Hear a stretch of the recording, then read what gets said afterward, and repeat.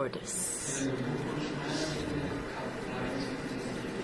Thank you for giving me the chance to speak at this session. I would like to thank my whole team for giving me the chance to do so.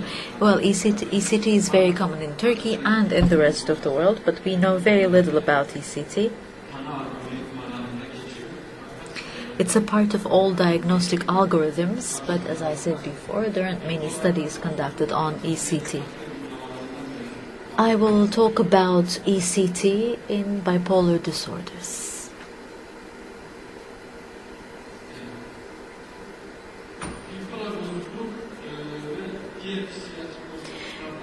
The use of ECT in bipolar disorder and other psychiatric disorders is a controversial issue. The information that we have comes from the times when we didn't even have pharmacotherapy. The more recent studies are mostly add-on therapies. So either ECT is given as an adjunct to the drug, or the drug is given as an adjunct to the ECT. But the publications on ECT in bipolar are limited because they weren't funded by the pharmaceutical industry. But still, the recommendation is to use it in manic and depression patients where the severity is higher. It is still the most effective form of therapy in mania and depression.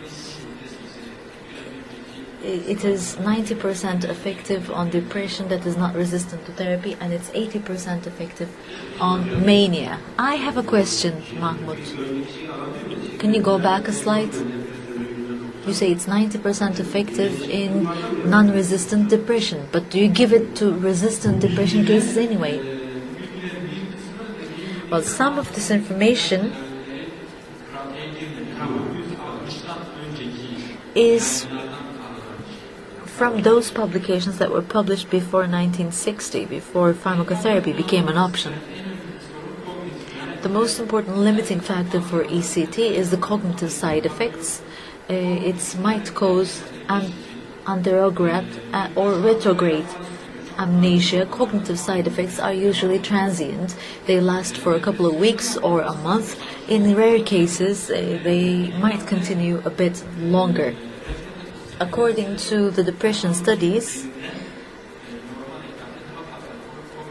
ECT does not cause more cognitive side effects than repetitive TMS or amitriptyline, but it causes more side effects than imipramine. The indications of ECT in major depression are as follows. It is indicated against acute suicidality, psychotic futures, lack or non-presence of oral liquid or food intake, low response to pharmacological therapy, good response to ECT, the choice of the patient, conditions where we need a rapid response, and in patients where the standard antidepressant therapy would pose risks, such as in elderly patients. And catatonia is, of course, another indication. Same goes for mania. Of course, we can add pregnant women to the list of groups for whom ECT is indicated.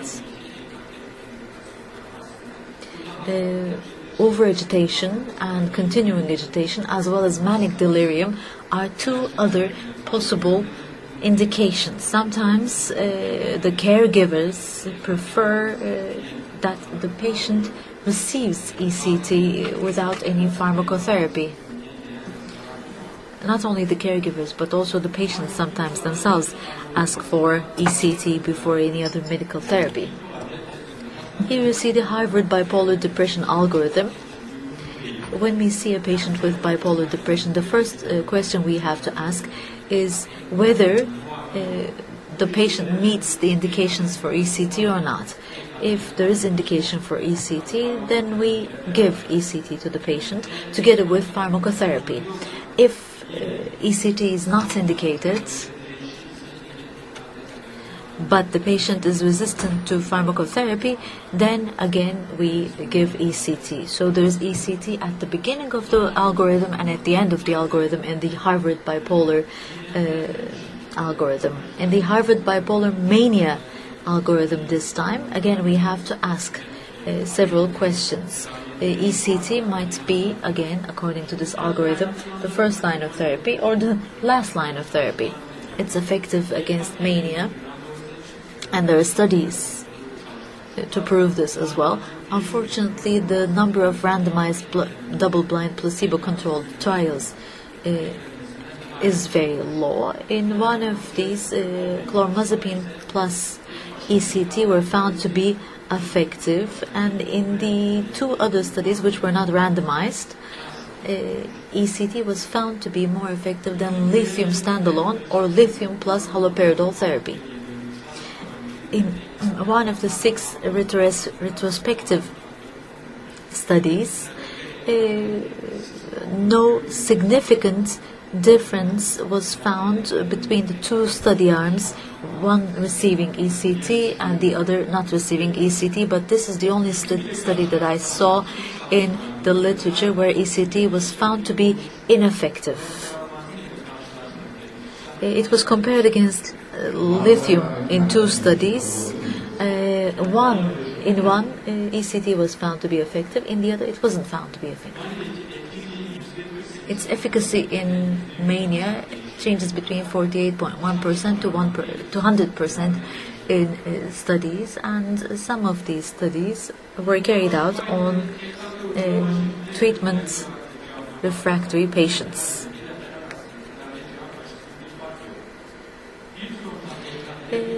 There's no difference in the treatment, in the response to treatment, both in unilateral or bilateral applications.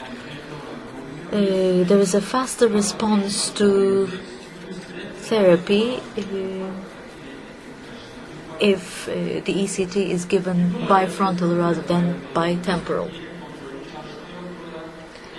In bipolar depression and the use of ECT in bipolar depression, there are no controlled studies.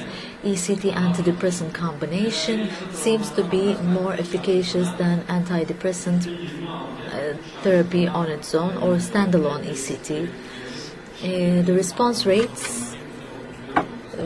in one study was found to be 26%, in another it was 34.8%. So in 3 other studies, the response rate was more than 70%. So if an antidepressant is added to ECT, then the efficacy increases, the therapy response increases significantly.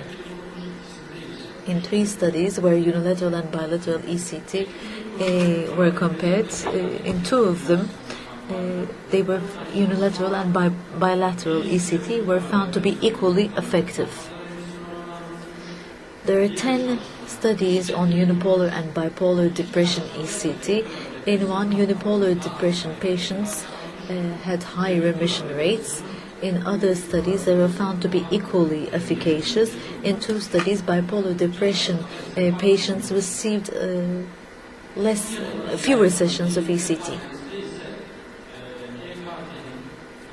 And the recent meta-analysis discusses the remission rates with ECT in unipolar depression and finds it to be 50.9%. In bipolar depression, this was found to be 53.2%. And the recent study, where the efficacy of ECT, bilateral ECT, was compared in cases of unipolar and bipolar depression.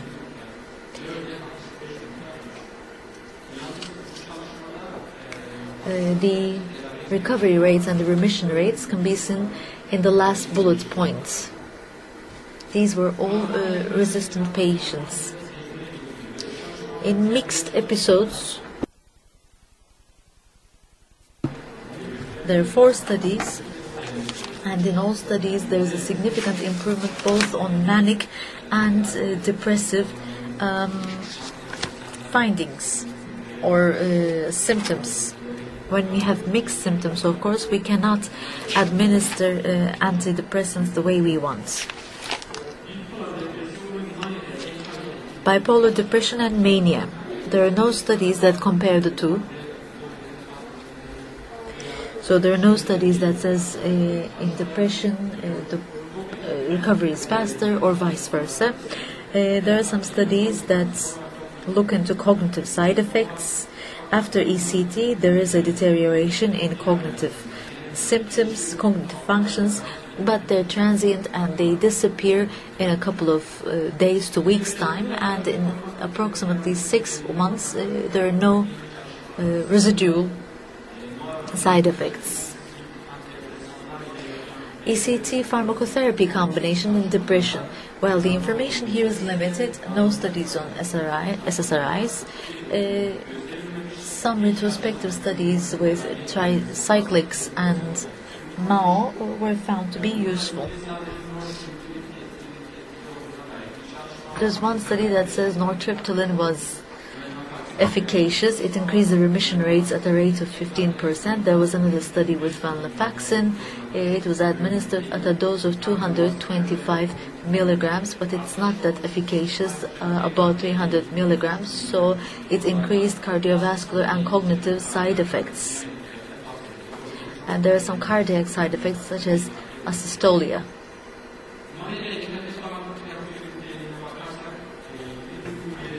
ECT pharmacotherapy combination in mania. There's no consensus on combination with lithium. It was found to lead to cognitive impairment in some cases. There are 2 studies that were conducted recently. No reports of serious adverse events, but there's a suggestion to reduce the dosage. You have 2 more minutes, Mahmut. Antipsychotics, ECT and antipsychotics.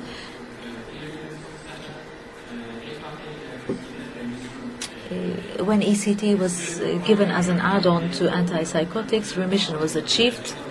Risperidone, olanzapine, or haloperidol, and lorazepam were preferred, and with approximately 7.6 sessions of ECT, 88% of the patients reached remission, and no reports of serious side effects. How about the hospitalization periods? In one study, ECT prolonged hospital stay, but the researchers say that this is because they started ECT at a later phase. Did the patients go back to work after ECT, or how long did it take them to go back to work after ECT? Out of the 16 patients, 10 of them were able to go back to work after having stayed away from work for 14.7 months in the average, and in 2 years' time they were able to make more money than the hospitalization cost. And some studies also show that there was an increase in the quality of life. Ismet was here in the room, but he left. He was saying that we went back 100 years in the definition of catatonia. Aspirin, as you know, was discovered by Felix Hoffmann in 1897. But it became an add-on therapy in psychiatry in 2003. You can find 17 publications on aspirin in bipolar disorder. ECT was found in 1937, and it's at the beginning and end of the Harvard algorithms, both for bipolar depression and bipolar mania. Haluk gave us an example of a patient, actually. The patients, after having received ECT therapy,